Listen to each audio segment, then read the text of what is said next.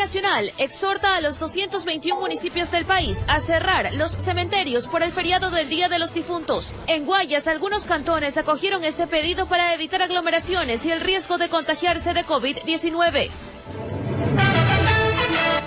Gobierno anuncia el pago de $1.527 millones al Instituto Ecuatoriano de Seguridad Social, cuyo mayor porcentaje será destinado al 40% del aporte estatal para pensiones jubilares.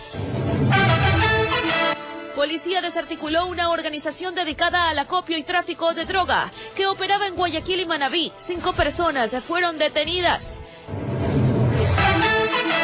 Se agrava la situación en Europa por la segunda ola de COVID-19. En España, el gobierno reveló que la cifra real de casos alcanza los 3 millones de contagios.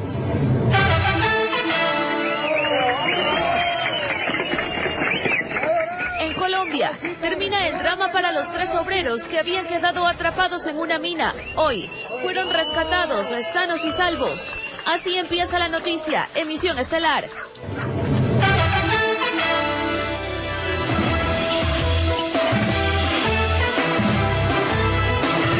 Buenas noches, amigos televidentes, bienvenidos a la emisión estelar de su informativo La Noticia. Adriana, buenas noches. ¿Qué tal, Charlie? Queridos amigos, muy buenas noches y bienvenidos. De inmediato iniciamos con la información. Les comento que el Comité de Operaciones de Emergencia Nacional le exhorta a los 221 municipios del país a que cierren los cementerios por el feriado del Día de los Difuntos. El objetivo, según las autoridades, es evitar aglomeraciones.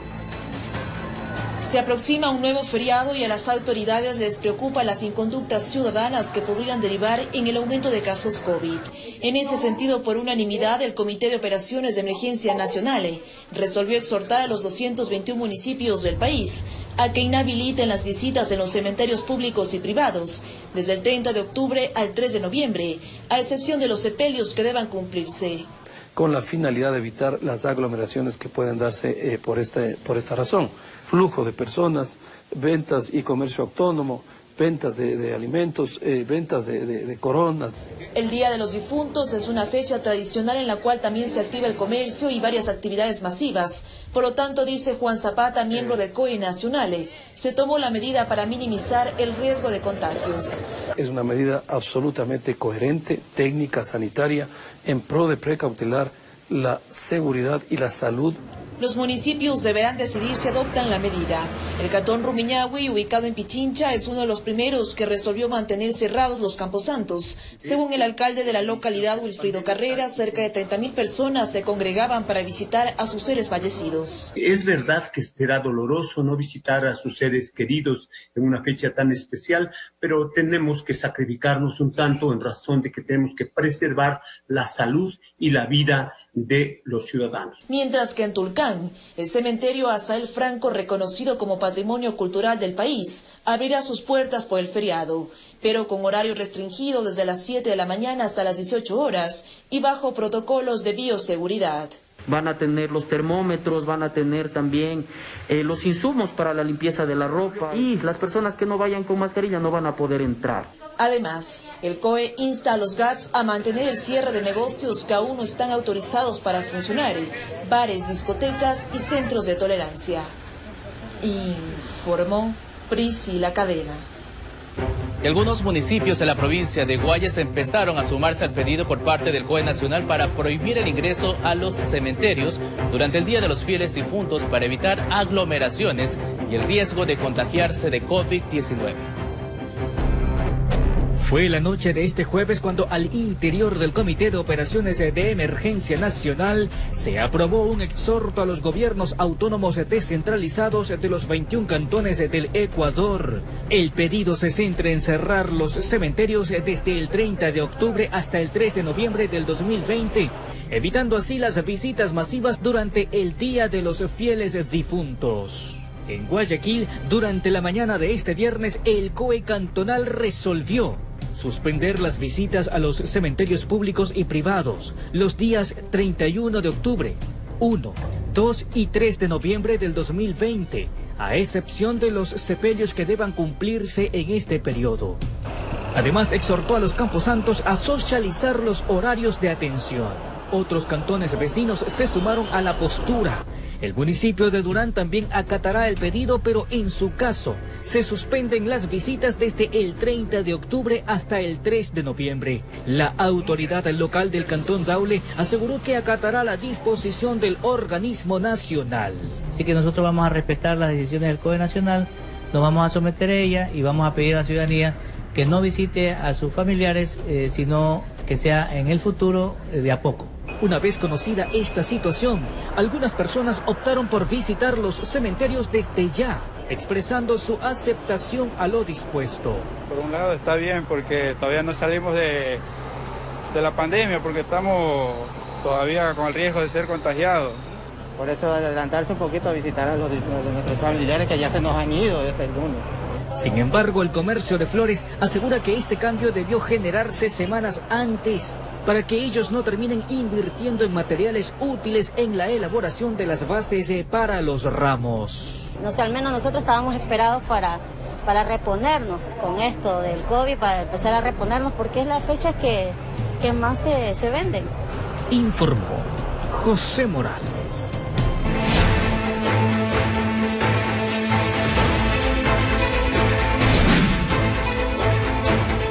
Atención porque en Ecuador se registran más de 158.000 casos confirmados de coronavirus. Por ello, las autoridades trabajan contrarreloj para la adquisición de una vacuna. El presidente Moreno adelantó que se prevé comprar al menos 9 millones de dosis. Veamos. Mediante su cuenta de Twitter, que el presidente de la República informó que Ecuador trabaja en la adquisición de 9 millones de dosis para la COVID-19 y detalla Pfizer Ecuador y BioNTech 2 millones de dosis, AstraZeneca 5 millones de dosis y COVAX 2 millones de dosis. Eso no quiere decir que nosotros no podamos, una vez que estén en plena producción las vacunas, adquirir más, de manera de suplir lo que es importante.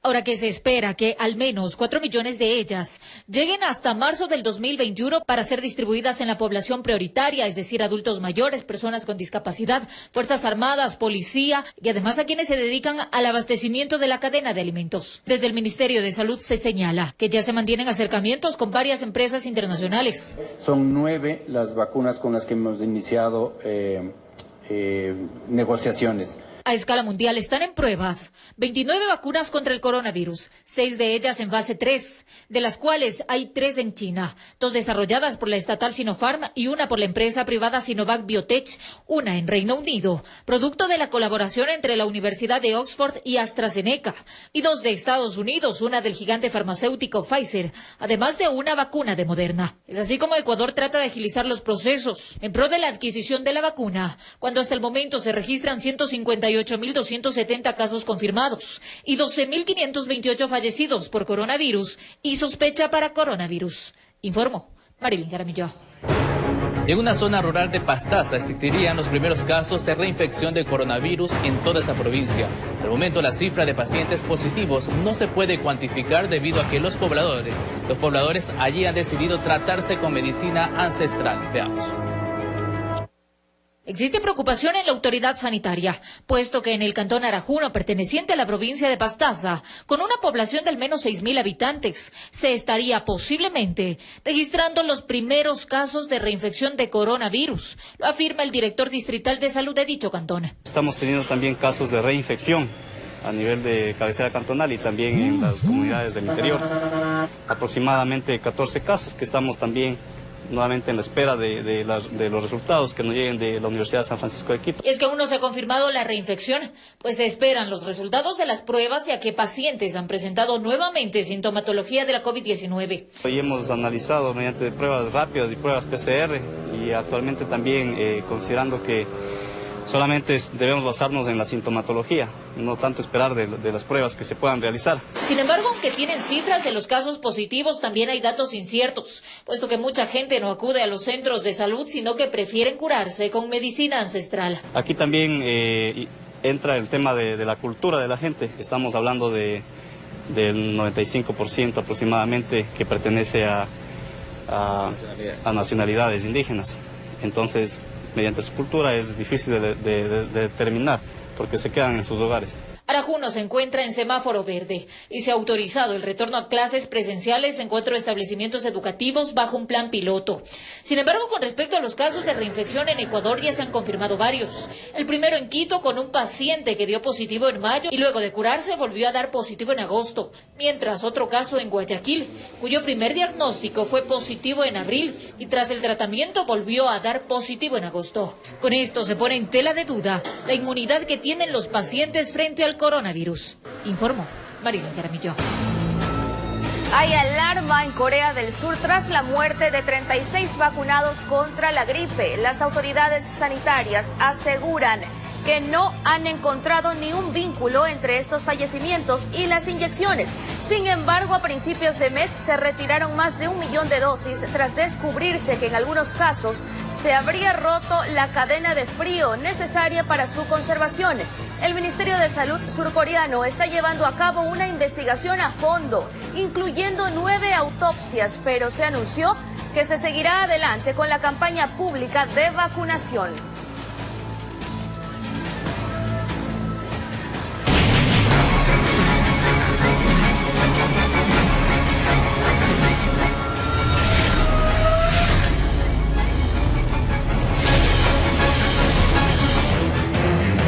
Y más adelante hallan 80 kilos de marihuana y varios heroína en un vehículo abandonado tras una persecución policial. Los detalles en instantes.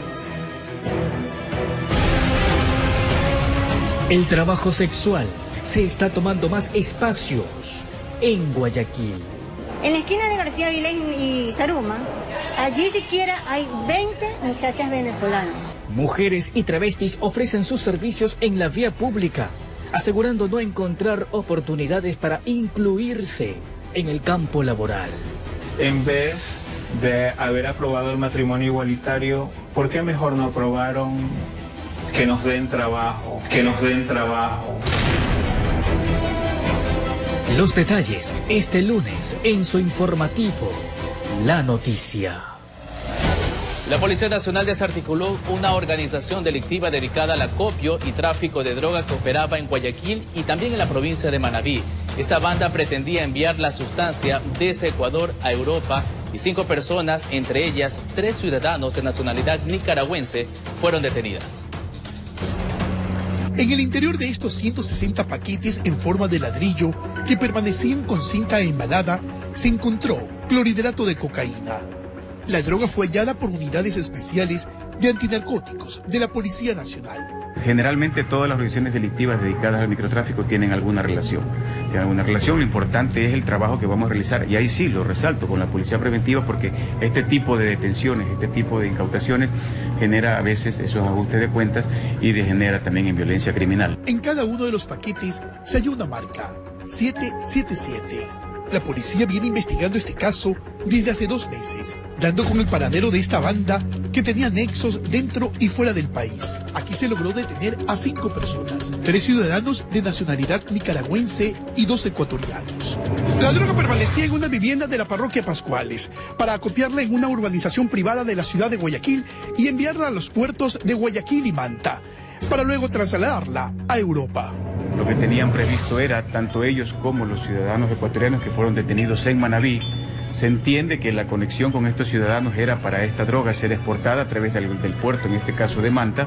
La policía no descarta que existan otros integrantes de esta banda, por lo que las investigaciones continúan. Hay una proyección de, en este caso, desarticular, porque la idea es no solamente detener a las personas que acopian o transportan, sino tenemos previstas importantes trabajos para realizar una desarticulación ya a un nivel mucho más alto, en este caso de los cabecillas o de los líderes. Según la policía en Ecuador, la droga está valorada en $250.000. Tanto el alcaloide como los detenidos fueron puestos a órdenes de las autoridades judiciales, informó Carlos Julio Gurumé. Además, la Policía Nacional encontró un fusil supuestamente de uso militar y bloques de marihuana en una vivienda durante un allanamiento en el sur de Guayaquil. Se investiga si esta arma de fuego de alto alcance haya sido utilizada en muertes violentas en el Cantón Durán. Fue un operativo que lo ejecutó la DINASEC y otras unidades especializadas de la Policía Nacional, dentro de algunas investigaciones sobre varios asesinatos. Todo eso terminó en la isla Trinitaria, donde encontraron un fusil y 8 paquetes de marihuana. En una casa se encuentra un fusil de alto poder, con munición 222, es un fusil de armamento prácticamente militar. Ponemos a pensar qué hubiera pasado si hubiera, en este caso, una persona ahí y se hubiera tratado de alguna manera de repeler o de recibir a la policía con este armamento, seguramente las consecuencias hubieran sido lamentables. No hubo detenidos en esa intervención de la institución del orden, pero se realizan otras indagaciones para conocer las personas que habitan en aquel inmueble. Además, si esa arma de fuego estaría relacionada a muertes violentas registradas no solo en la urbe porteña. En realidad, los eventos que se dieron en Durán fueron los que causaron justamente esta intervención inmediata, lo que evidencia definitivamente que esta violencia criminal tiene relación específicamente y estrictamente con actividades de microtráfico y narcotráfico. En el comando de la zona 8 se informó que están tras la pista de algunas de estas organizaciones narcodelictivas que están vinculadas a los últimos crímenes, informó Charlie Pisa.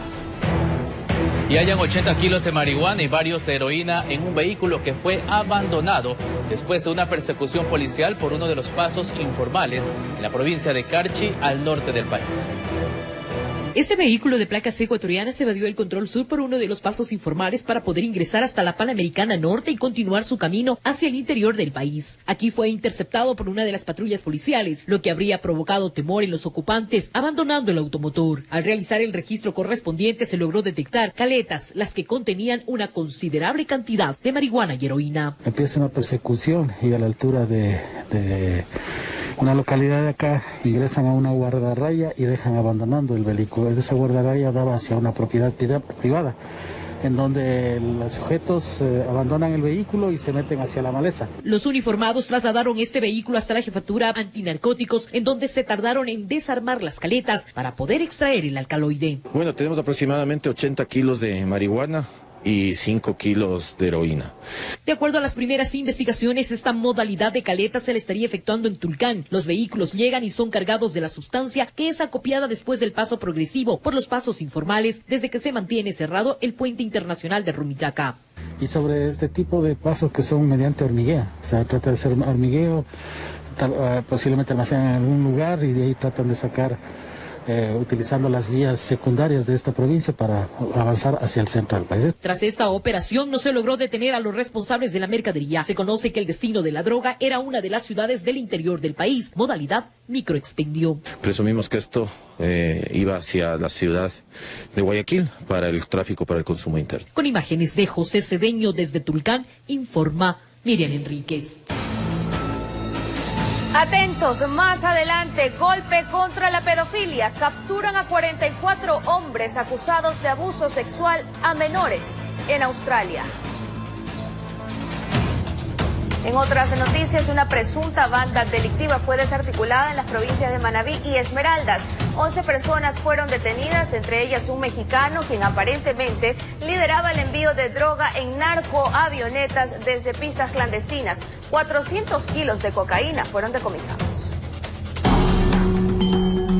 Con una pista clandestina construida al filo de la playa, si una organización narcodelictiva operaba el envío de droga en narcoavionetas desde las costas de Bahía de Caracas en la zona norte de la provincia de Manabí. Esta organización narcotraficante pretendía enviar una gran cantidad de alcaloide vía aérea con destino a México, desde una propiedad ubicada en la provincia de Manabí, Cantón Sucre. En la propiedad utilizada como centro logístico de un cártel mexicano, 400 kilos de cocaína se incautaron tras el barrido que agentes del ULCO y unidades antinarcóticos realizaron en la zona.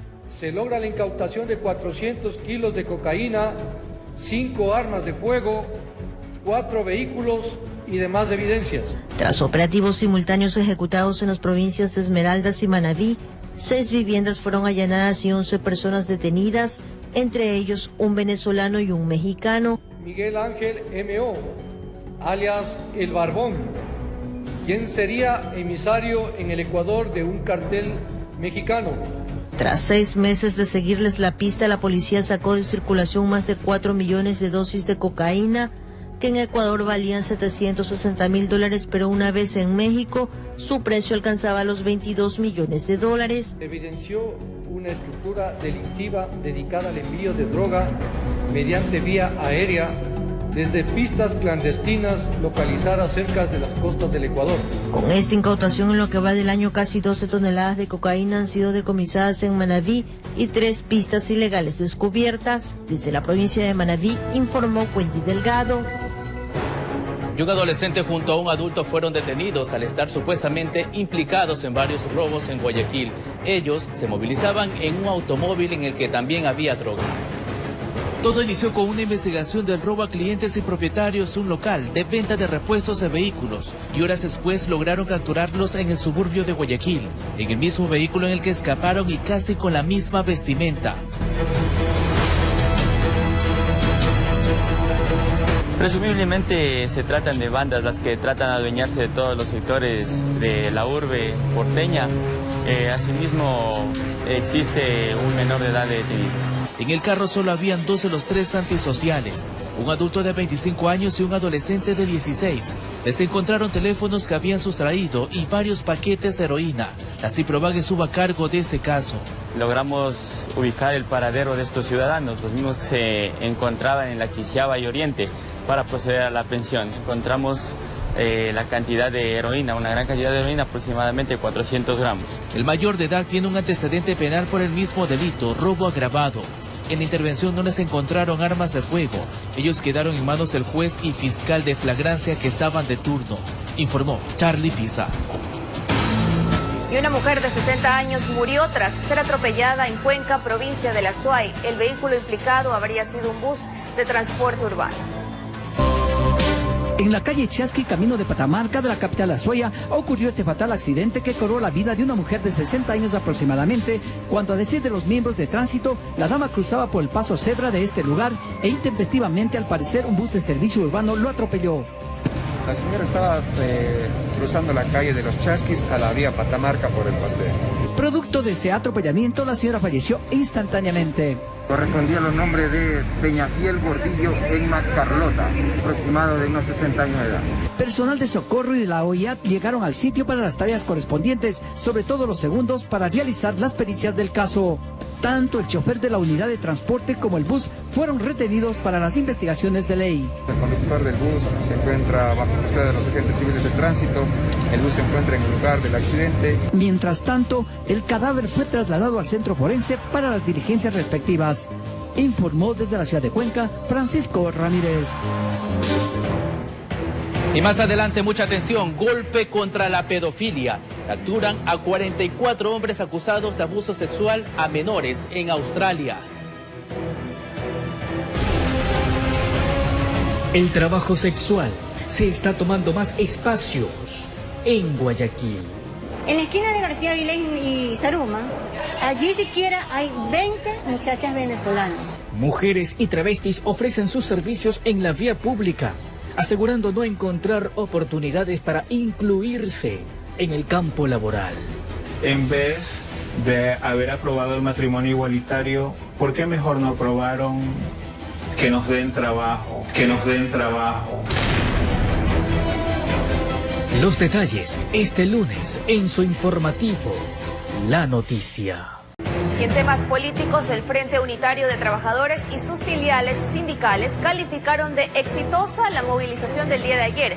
Responsabilizaron a personas infiltradas por los daños y destrozos en algunos puntos del centro histórico de Quito.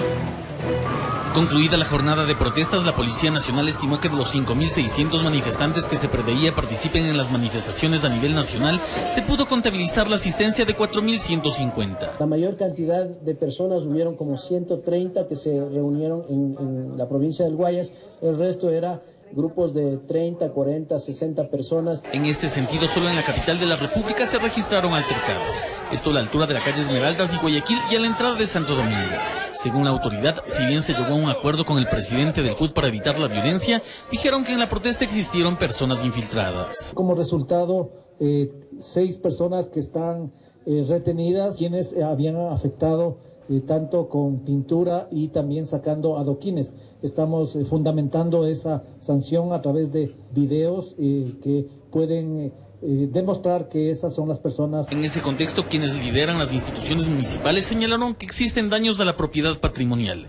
En total son 320 metros cuadrados afectados por grafitis. El costo por metro cuadrado es de $40. Solo en esta noche se pueden evaluar que son $15,000, que nuevamente, lastimosamente, es un gasto que le toca asumir a la ciudad. Además, se conoce que manifestantes rompieron veredas, su fin utilizar las rocas desprendidas para lanzar a los uniformados.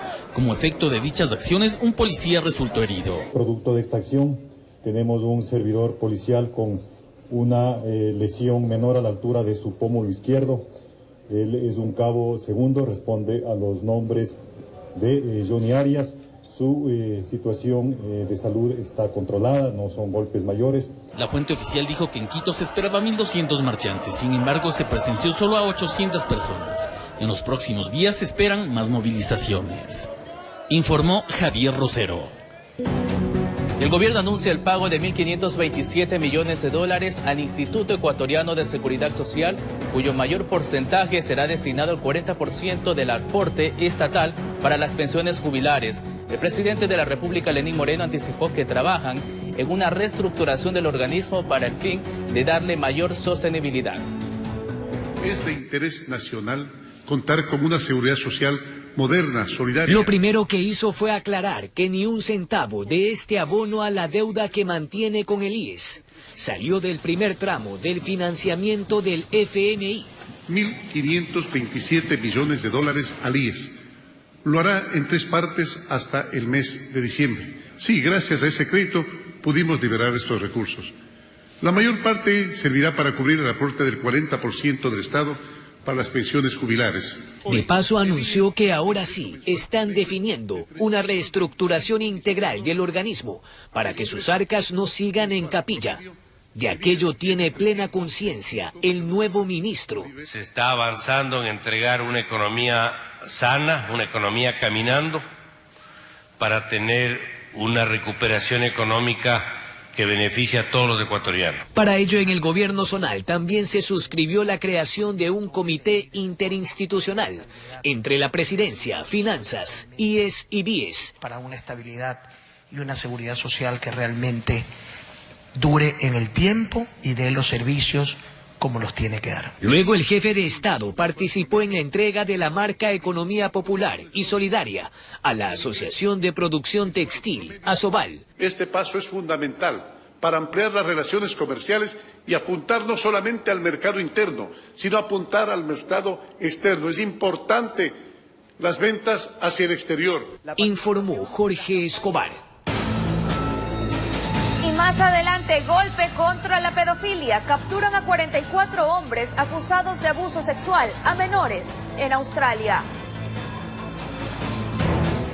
Y la ministra de Gobierno, María Paula Romo, podría enfrentar un nuevo juicio político por un presunto reparto de hospitales y otros espacios en la administración pública. Mientras tanto, la Comisión de Fiscalización recibe las comparecencias en torno a otra interpelación a Romo por las protestas de octubre del año anterior.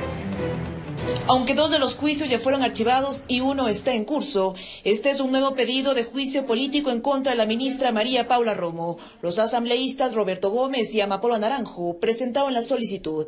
Tiene que ver con el reparto de los hospitales y la entrega de cargos públicos y cuotas políticas a asambleístas. El nuevo pedido se sustenta en la información de Fiscalía sobre la versión del ex legislador Daniel Mendoza por la trama de corrupción de los hospitales. Actualmente Mendoza está siendo investigado por el presunto delito de delincuencia organizada. Efectivamente, que el nombre y apellido del funcionario que le entregó estos cargos públicos y quien le pidió el archivo para darle estos cargos públicos fue la ministra de Gobierno, María Paula Romo. El Consejo de Administración Legislativa CAL decidirá si da trámite o no a la solicitud para que pase luego a la Comisión de Fiscalización, que actualmente recibe las pruebas de cargo en torno a otra interpelación a Romo por las protestas de octubre. En esta ocasión compareció el legislador Fernando Burbano, presidente de la comisión que investiga los hechos del paro. Nosotros cuando consultamos también a la fuerza pública, a los funcionarios de la fuerza pública comparecientes, fueron todos muy claros en que no recibieron jamás instrucciones para hacer uso excesivo de la fuerza. Urbano recordó que la comisión que se creó no buscaba llegar a sanciones y que solo se centró en investigar los hechos. El informe fue aprobado por el Pleno del Legislativo.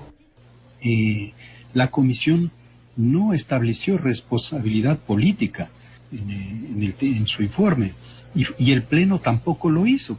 Y tomando en cuenta de que evidentemente pues hubieron múltiples actores que intervinieron a nivel estatal. La prefecta de Pichincha, Paola Pavón, se excusó y no rindió su testimonio. Se tiene previsto que Romo comparezca ante la comisión el 31 de octubre.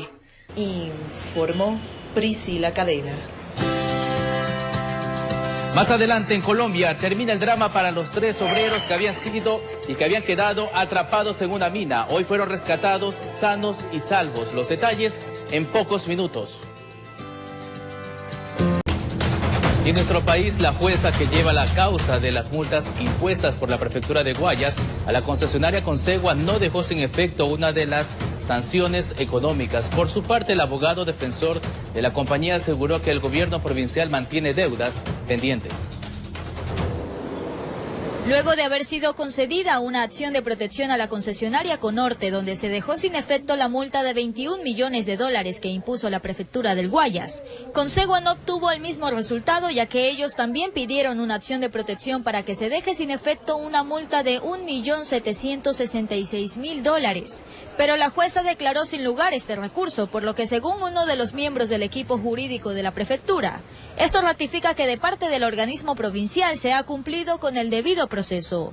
Y de lo que se colige, de lo que expresó verbal o oralmente, ha quedado nuevamente plenamente justificada la teoría de la prefectura. El resultado ha sido favorable para los ciudadanos del país, especialmente para los ciudadanos de esta provincia. Además, aseguró que la resolución de la jueza avala la multa ante el incumplimiento de las obligaciones de las concesionarias, que debido a la falta de apertura al diálogo por parte de la prefecta Susana González, no se ha podido llegar a un acuerdo. 17 de julio del 2020, dirigida a la señora prefecta, firmada por el representante legal de Consegua. Ustedes contrataron con nosotros ciertas obras y nos deben a la fecha, solamente por unas obras específicas, 11.469.000 dólares. Además puntualizó que dicha deuda es solo por una de las obras, pero que en total el valor adeudado de la prefectura a las concesionarias es de al menos 100 millones de dólares.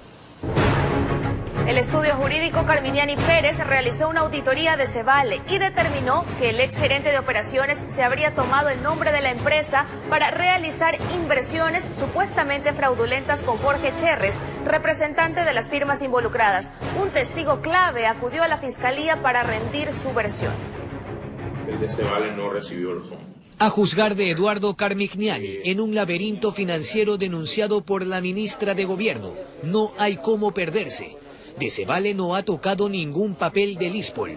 Fue un truco ajeno entre terceros, dice, también uno de ellos, que ya fue notificado. Es que un funcionario de rango medio del de Cevale, el gerente de operaciones, el señor Luis Álvarez Villamara, fingió que el de Cevale era custodio de los valores o derechos que el ISPOL había negociado con el señor Jorge Cherres o con las empresas de este. Conclusión de una auditoría efectuada por el estudio jurídico a petición de la Bolsa de Valores de Guayaquil.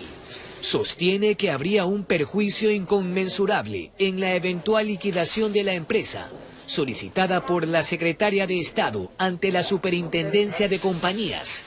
Mejor se comprometen a otra cosa.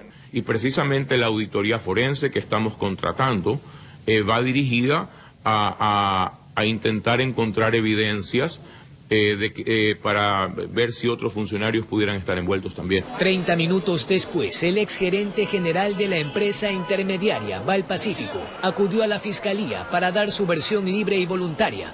Lo hizo junto a su abogado y el flamante consejero de Participación Ciudadana. Y desde el año 2008 que entró a trabajar, lo primero que detectó es que habían transacciones inusuales y las denunció. Pero por sobre todo tener protección, ya que la información que le entregaba a la Fiscalía es de vital importancia. La comandancia informó la apertura de un sumario administrativo al general David Proaño, exdirector del ISPOL en 2019, de Luis Álvarez Villamar, Carmignani comentó que salió del país un día después de la presentación del primer informe de la auditoría que le pidieron.